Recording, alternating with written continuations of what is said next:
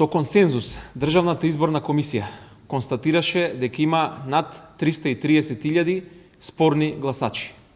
Тој е најдобар доказ дека последните неколку изборни циклуси во Македонија се нелегитимни. Од овие 330.000 гласачи, над 124.000 спорни гласачи воопшто не се проверуваат. До денес, Државната изборна комисија не даде никакво објаснување зошто не се проверуваат. Државната изборна комисија е должна да им објасни на граѓаните како ќе се проверат овие 124.000 спорни гласачи. До Министерството на внатрешни работи се дадени над 75.000 сомнителни гласачи за рачна проверка. Секое досие по досие. И до Министерството за правда се дадени над 71.000 гласачи кои што треба да се проверат во евиденцијата на матичната книга на родените, дали имаат извод од книгата на родените. И сето тоа до 31 март, односно за 2 дена. При проверките во Министерството за внатрешни работи можно е да се појави потреба, согласно управната постапка, вработените во МВР да излезат на теренска проверка и да ја утврдат фактичката состојба со живеалиштата. И ова треба да се заврши до 31 март, односно за 2 дена. Министерството за правда треба рачно да отвори секоја матична книга на родените и да утврди дали овие 71.000 гласачи се воопшто родени во Македонија. Повторно до 31 март.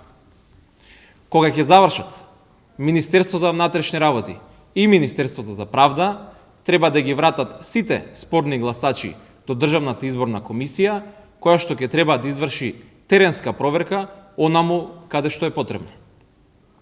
Откако ќе се спроведат сите проверки, треба да се избришат сите оние гласачи кои што согласно законот не смеат да бидат на избирачкиот список.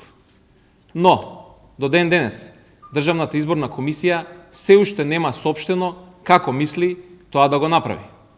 Законодавецот нема дадено јасни ингеренции на Државната изборна комисија за бришење на гласачи. Следува дека најверојатно овие гласачи ќе бидат дадени до Министерството за внатрешни работи за бришење. Тоа предвидува управна постапка, која што исто така предвидува и жалбена постапка до второстепената комисија на владата, како и до управниот суд и до вишиот управен суд.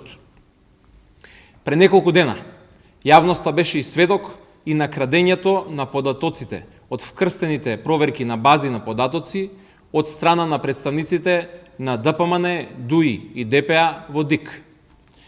Тоа се информации со податоци од личен карактер за граѓаните. Со ова представниците на ДПМН, на ДУИ и на ДПА во ДИК го дискредитира процесот на прочистувањето на избирачкиот список. За оваа афера јавно ја повикуваме и да се изјасни и Дирекцијата за заштита на личните податоци.